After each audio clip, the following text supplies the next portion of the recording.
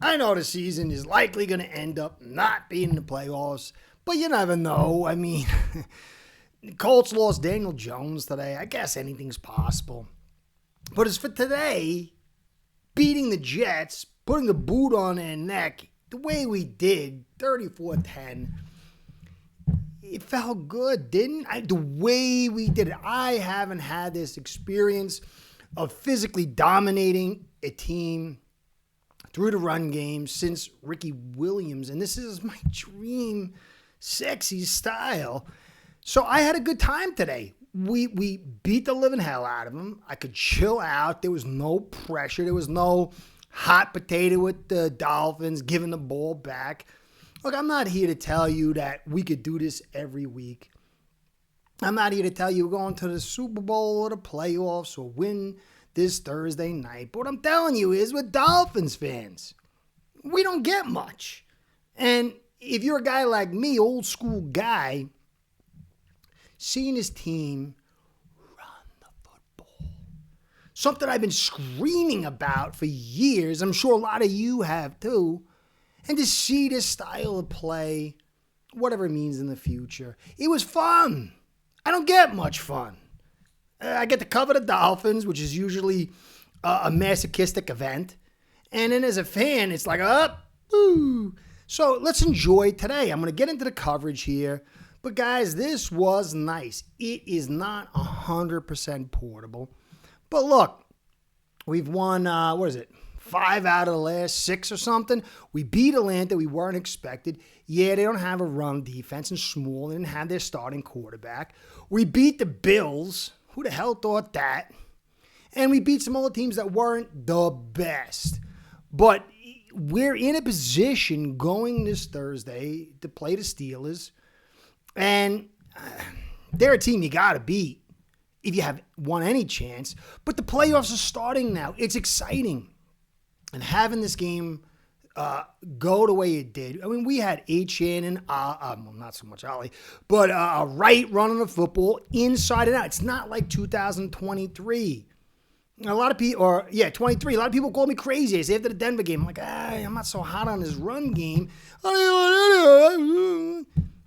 That was all outside. The majority of the runs that season came over 3 games.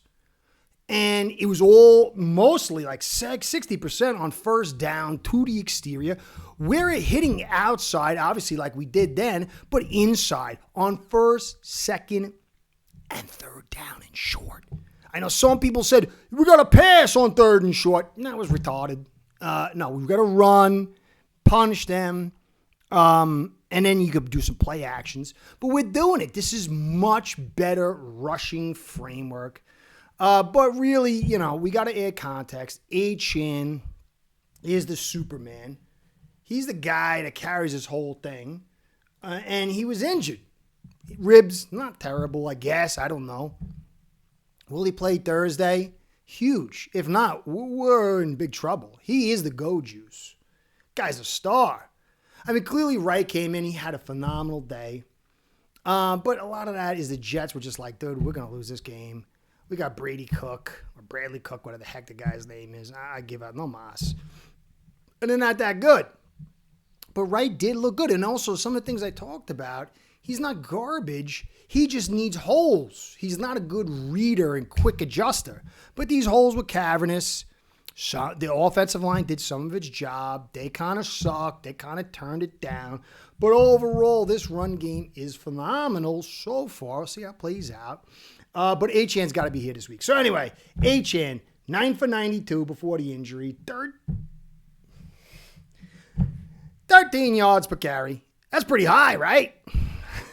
1 TD and then the ribs. I don't know how he got the ribs. Can someone tell me? I got to go back and look. I remember the guy grabbing him by the legs and he went down. Maybe it happened beforehand. I didn't see. Maybe it's just bruised ribs. And they figured, we'll lighten these guys up like a Christmas tree dunked in gasoline. So let's get this guy out of here. He was questionable. Wasn't out or doubtful. So there's a chance he could play. It's not the end of the world. But the guy's a stud. He totally changed everything. You could see, I think it was 21 points with him in, don't quote me on that. Had a lot of chocolate and a little bit of So I might not be 100%, but it was like 21 points. Then he got out, and we put on another like 13 after that. So he really changes things. Wright, 22 for 110, 5 yards per carry, 1 TD. Those holes are cabinets. You're not getting that most of the time. But it shows you, dude, he had some broken tackles. He looked fierce. If you get him some holes, he is a guy that needs yards before contact. He's not super nimble. He's not a full gap jump cut guy. He's like a half gap, but maybe, something like that. But you give him a little space and he can make something happen. Just can't make him read too much at this stage. Ollie had a bad game. But if you go watch, his holes is like they said, oh, Ollie's in, let's play run defense. Wright's in, let's let him do the Ole. 3 for 7, 2.3 yards per carry. He had to fumble on the pitch. It was a weird way to take it. It's always so funny. I said I was just running back into small college or whatever. But the mechanics, the techniques some of these guys have taking pitches and handoffs is so crazy. It's like the most critical thing, and it's like they're so sloppy. It was a sloppy way to take the pitch. And then he allowed the sack. It was a little bit Brewer's fault, but it was mostly his, and Brewer added to it. But still, he's got to pick that up. It's important that he does that. But overall, we had 220-something yards on the day. We destroyed them. But again, I saw this thing and I clipped it out for you guys. It's not the hottest trot clip here, but last 3 games, 428 yards, 6.6 yards per carry. Last week versus Atlanta, they gave 167, 5.2. That was the start of the game. And you can see how they suck. We're awesome. And it really played out that way. That was obviously the biggest key to the run game. And we can do it. And if we added some better offensive linemen, this thing could be phenomenal. Achane, Ollie, he needs more yards before contact than Wright. And Wright really gives us a good run game, which I like, which is the cycle. Some people want to tell me it's not. It is. So that's good news. I don't know what that means going forward, but let's enjoy it for here. Now, Waller didn't have much. I think 1 catch for 13 yards. Dulcich had 3 for 41, and he seemed to be active all day. I like this kid. He's a nice little find. I'm not saying he's your number one. I'd love to have a number one. And then Dulcich, as a guy, at least number 2, but he's doing really good. Waddle, 5 for 50. He's still a player, and we really only threw 22 times. Good day for him. You'd expect maybe a little bit more, but it wasn't all his fault. Tua missed him on 1. Now, Tua, he didn't throw the pick. He almost did, but it wasn't his fault. It was a deflected pass to Waller, and when I first saw it, I'm like, oh, come on, Tua. Can't we get to a game of this? But it wasn't his fault. It was a risky play, but it was a nice play by the defender to deflect it as it was going to Waller, almost an int. And then he had the easy pass to Waller on the post inside.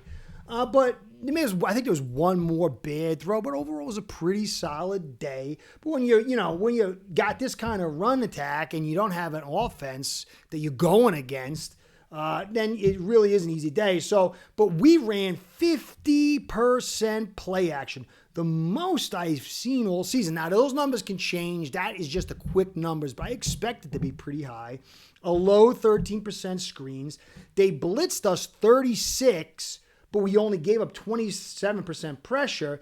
And if the play action wasn't so high, I'd be like, wow, that's a really good day pass blocking. But when you have that much play action and so few passes, it's expected. I got to go through the numbers and see how they play out and look at the film to match it up.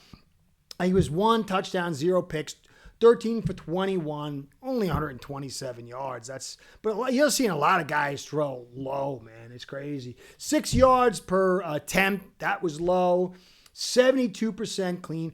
But with that high play action, again, we got to see the numbers change, but it was 2.35 clean with only 13% screens, which is a little bit high, 10-9 as usual. But still, this is one of his longest days being able to hold the football. And there wasn't a sack.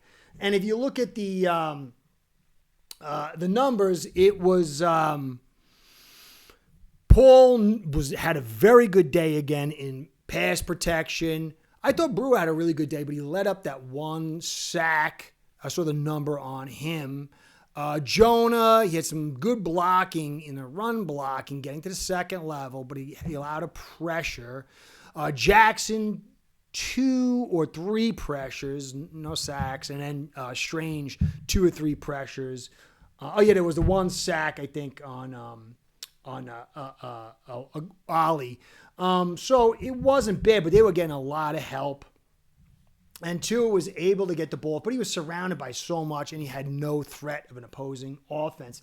Zach Wilson saw some action, but really was no action. What does it say when it's 3rd and 8 and you're winning like that, and then you pitch it wide or whatever the hell they did and you lose yards? Why wouldn't they throw it at Wilson to see what they got? I don't know, whatever. Was it Patterson? Yeah, Patterson. I don't forget the guy's name. I had to write down. 54-yard kick. That's nice. That was I thought it'd be like out of field goal range. That was a really darn good kick. Sanders who? So that's the offense. Obviously, the huge concern here is Achane for this week. One loss and we're finito. I mean, come on, I'm trying to be realistic. We're probably finito no matter what. But one loss is like, so we got to hope he's in. He's the heart of the team. But the offense did phenomenal with the run game against a poor Jets team. Now on defense, 7 sacks. Tyrod Taylor went out really early. Looked poor to begin with. Wilson's not in there. They got really no offense. The offensive line's pretty good, but they had no chance. And then he was out early. I mean, we were up 21 points in the first quarter. Wow, that was chill, man. That was like, I felt like I was smoking something because it was like, it was chill. Cake. But then we went to Bradley, Cook. And he was no good. I mean, there's a little bit there you could see maybe somehow he could be a backup. But he was pressured and just didn't know what the heck he was doing. He had guys dropping footballs. They couldn't really get the run off. 7 sacks.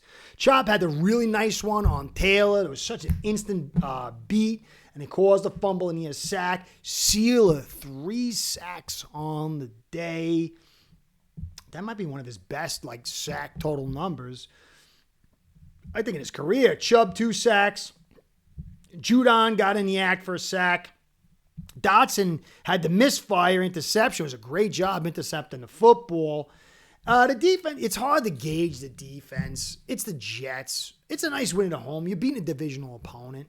Will they pull? They didn't look like they really wanted to win.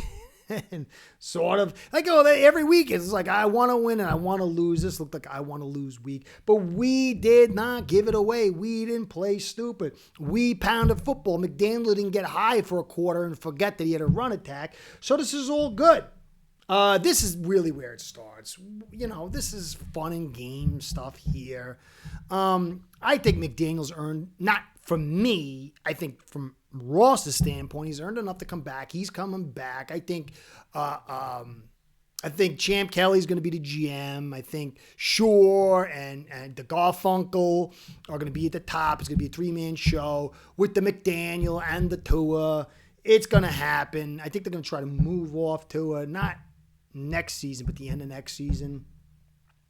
But I think for fans who want to believe, winning over these next 4 weeks, Bengals, you say what you want about Tua. Burrow wet the bed, 2 interceptions back-to-back, 1 for 6 and 1 right after that. It happens, guys, especially in bad weather, but they're still a hot team. You got maybe New England on the road. If they still want to play, their record might be so good they just bring in the bench boys and the cheerleaders to play us, and that would be an easy win. But if not, it's gonna be a tough win. We'll see.